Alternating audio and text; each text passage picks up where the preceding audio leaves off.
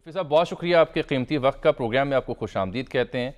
ये दो चीज़ें मैंने आपको सुनानी भी थी। एक तो हमारे सहाफ़ी दोस्त हैं इमरान रियाज खान, वो कहते हैं घड़ी इस्लामाबाद में शफीक नामी ताजर को 5 करोड़ 10 लाख रुपए में बेची गई। शफीक ने यूएई के ताजर उवैस मर्चेंट को, और वहाँ से फिर उवैस मर्चेंट ने अमारात की एक शख्सियत को बेची, वहाँ से उमर ज़ाहूर तक ये घड़ी पहुँची। आप इससे एग्री करते हैं? कहाँ बेची सबसे पहले घड़ी, कुछ बता सकते हैं आप? देखें, यहाँ होता ये भाई कि तोशा खाना के पास जब वो अपनी एफपीआर से और बाकियों से इवैल्यूएशन कर लेते हैं किसी भी तोहफे की, तो फिर उसके बाद उनके पास एक लिस्ट होती है जिसके जरिए वो डीलर्स को कॉल करते हैं और जो वहाँ बेहतर कीमत दे, जो भी उनमें से आई गेस बेहतर कीमत ऑफर करें बिक जाए। अब शफीक साहब ने इसकी आई गेस यही है कि जो बेहतर कीमत दी थी, सारी बात है वही ली होगी। और वो जो बेहतर कीमत में शफीक साहब ने जब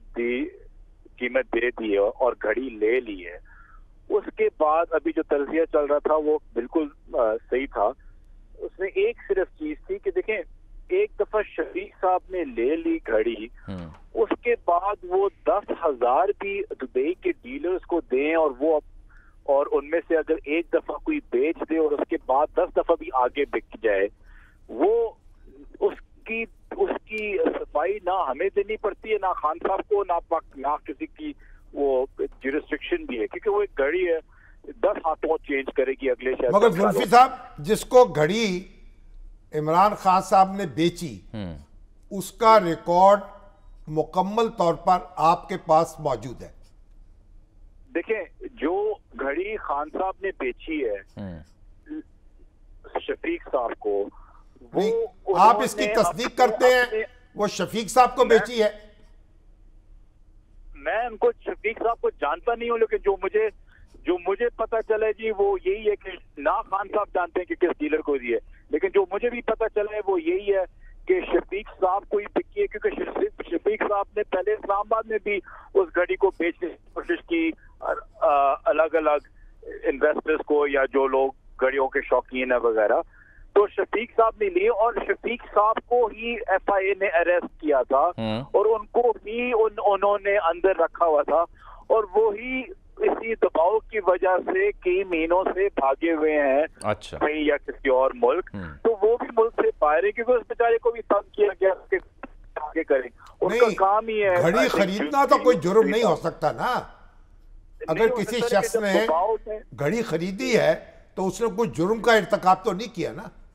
नहीं किया, लेकिन जब अनफॉर्चुनेटली यहाँ जब हुकूमतें बदलती हैं तो जिस इंसान ने खरीदी हो उसको बुला के उसको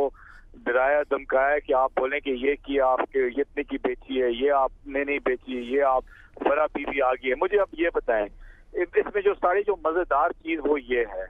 कि एक जो घड़ी बिकी है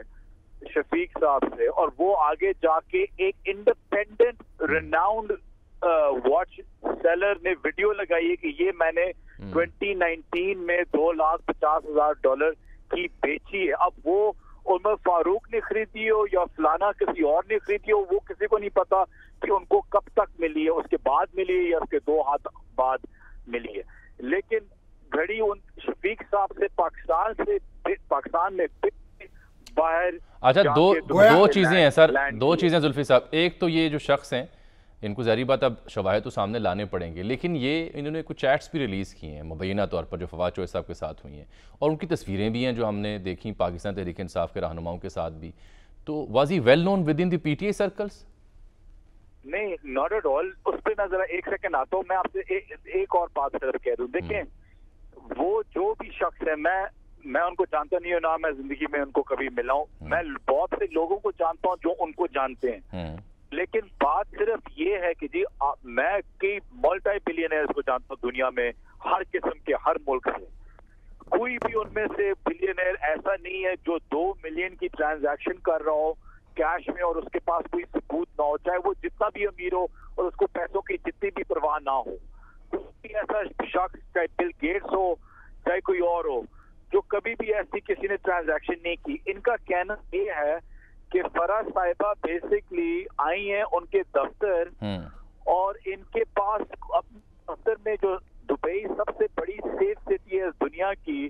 ان کے پاس کوئی اپنے دفتر کے لابی کا یا اپنے دفتر کے اندر یا نکلتے وقت ان کے پاس ان کا کوئی سی سی ٹی وی کیمرہ نہیں ہے، گھڑی ان کے ہاتھ میں ہو، نہ ان کے پاس کوئی یہ سی سی ٹی وی کیمرہ کہ وہ نکل رہی ہیں اور 3 بیگ ایک عورت اٹھا کے $2 ملین کے، پتہ نہیں ایک بیگ میں آتا ہے 2 یا 3 میں، وہ اٹھا کے وہ بھی باہر نکل رہی ہیں، وہ بھی ان کے پاس نہیں ہے، کوئی سائن لیٹر۔ اچھا آپ کو یعنی خود اندازہ نہیں ہے کہ 2 ملین جو ہے کتنے بیگز میں آتا ہے؟ میں لائٹلی پوچھ رہا ہوں آپ سے،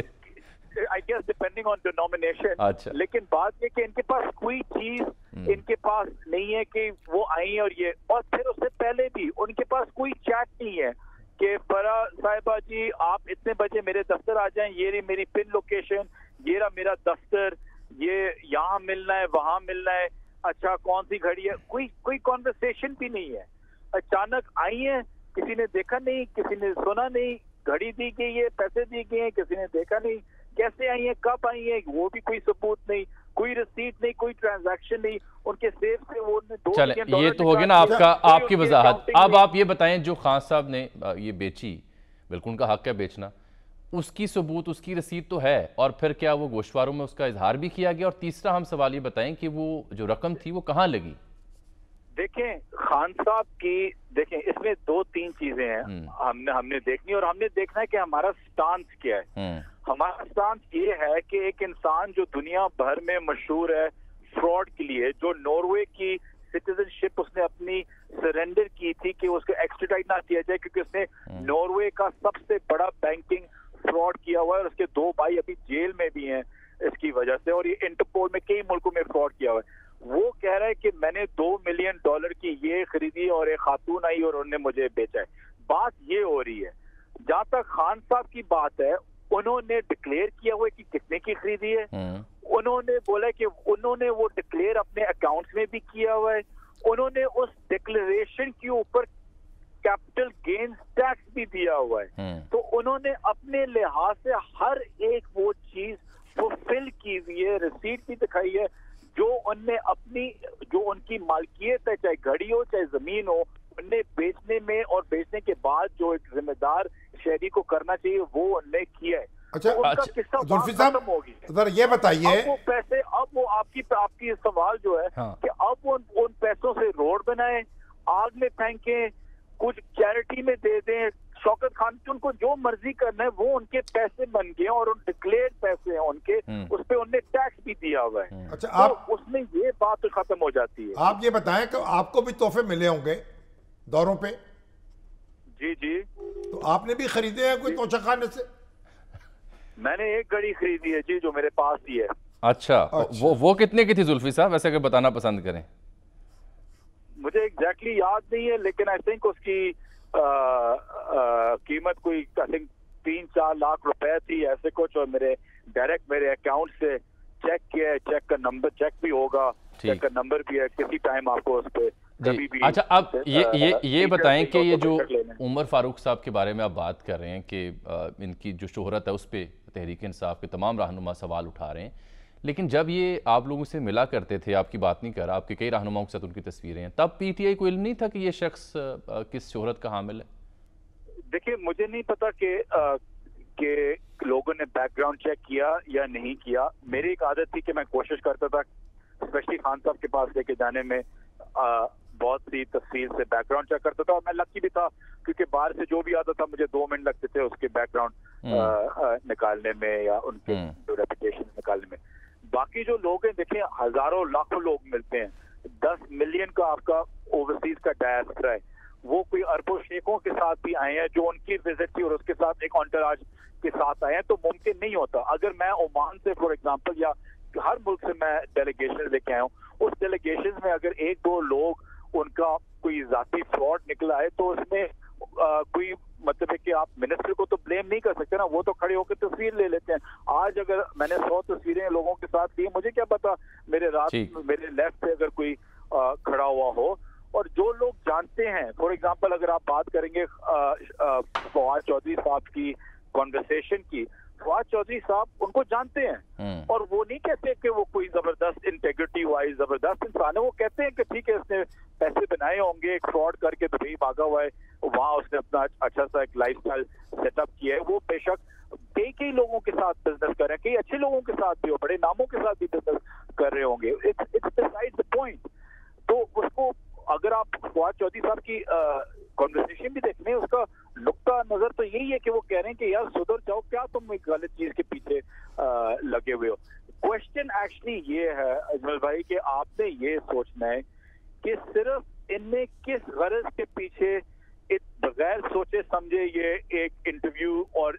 इसकी है। क्या सिर्फ अपने आप को ECL और इंटरपोल से उतारने के लिए उन्होंने जो 1 महीने पहले उतरे हैं एग्जैक्टली तब उस चीज के पीछे किए, या और कोई गर्ज, या और कोई लालच, या और कोई ब्लैकमेल के पीछे ये चेंज हुए, या कोई और वजह से? क्वेश्चन तो ये कि ने क्यों ये किया बगैर के समझदार शख्स लगते हैं, दुनिया भर में फ्रॉड किया हुआ है तो जहन तो होगा, तो किस चीज पे उनने ये चीज किया बगैर सोचे समझे कि मेरे पास कुछ भी नहीं है और मुझे बोला गया है कि टीवी पे जाके मैं